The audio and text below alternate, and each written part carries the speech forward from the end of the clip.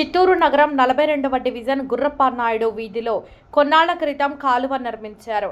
ఈ వీధిలో మహిమాన్విత శ్రీ అంకాల పరమేశ్వరి ఆలయం ఉంది. కొన్ని లోపాల కారణంగా డ్రైనేజీ నీరు కాలిబాటపై రోడ్డుపై పొంగి ప్రవహిస్తుండటంతో స్థానికులు ఆలయానికి వచ్చే భక్తులు ఇబ్బందులు ఎదుర్కొంటున్నారు. ఆషాఢ మాసంలో ఆలయానికి భక్తుల తాకిడి ఎక్కువ ఉంటుందని అధికారులు స్పందించి నీరు రోడ్డుపై చేరకుండా చర్యలు చేపట్టాలని స్థానికులు కోరుతున్నారు.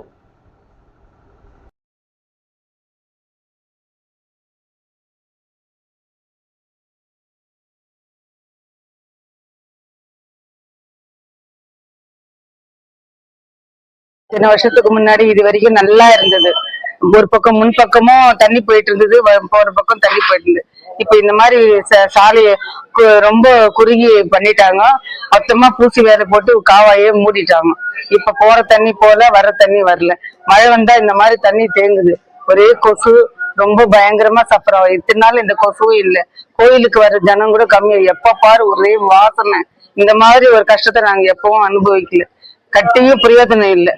இது மாதிரி எல்லாம் அங்கங்க வந்து காவா பிளாக் ஆயிட்டு இருக்குது. மொத்தம் ஒரே வாசனை. ரொம்ப பயங்கரமா இங்க இந்த தெருவுல இத்தனை வருஷமா நாங்க இந்த மாதிரி கஷ்டமா அனுபவிச்சு இல்லை. காவா கட்டி பிரயோஜனமே இல்லாத கஷ்டப்பட்டு இருக்கோம். சரி, இத நீங்க அரசாங்கம் சீக்கிரமே ஒரு நல்ல முடிவை எடுத்து எங்களுக்கு அந்த காவா தண்ணி எல்லாம் நல்லபடியா நல்ல ஈஸியா போற மாதிரி வைக்கணும். இந்த பக்கமும் அந்த பக்கமும் தண்ணி முதல்ல இருந்த மாதிரியே எங்களுக்கு காவாக்கு தண்ணி வழி விடணும். வர கூட வழியில பசங்க எல்லாம் ரொம்ப கஷ்டப்படுறாங்க. சின்ன குழந்தைங்க ஜாஸ்தி இருக்கிறாங்க. இங்க ரொம்ப கீதியெல்லாம் வருது. யாருன்னா எதுனா சொன்னோம்னா யாருமே ஸ்டெப் எடுத்துக்க மாட்டேன்றாங்க. அப்படி வர்றாங்க, அந்த நேரத்துக்கு பாக்குறாங்க, திருப்பி விட்டுடுறாங்க. அவ்வளவுதான். இப்ப நம்ம சொன்னோம்னா ஒரு 5 நிமிஷத்துக்கு அவ்வளவுதான். இல்ல நேரம்லாம் யாரும் எதுவும் கேர பண்ணிக்கிறது கிடையாது. என்ன எல்லாம் சுத்தம்ன்றாங்க. இந்த சுத்தம் எல்லாம் யார பாக்குறது சொல்லுங்க. அப்புறம் சத்தை போடுறது மாத்திரம் ஈரம் சத்தை போடணும், காஞ்ச சத்தை போடணும் எல்லாம் சொல்றாங்க.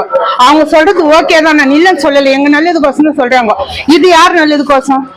అంకాల పరమేశ్వరి గుడిగాడ సరిగా నీళ్ళే పోయేది లేదు.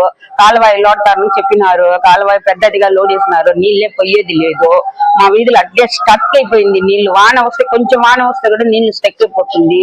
గుడికి వచ్చేదానికి పోయేదానికి దోవగా కష్టంగా ఉంటది. పెద్దవాళ్ళు ముసలి వాళ్ళు పోయేదానికి వచ్చేదానికి కష్టంగా ఉంటది. మేము ఏం చేసేది? చిన్న పిల్లకాయలంతా పెట్టుకుని మేము ఏం చేసేది?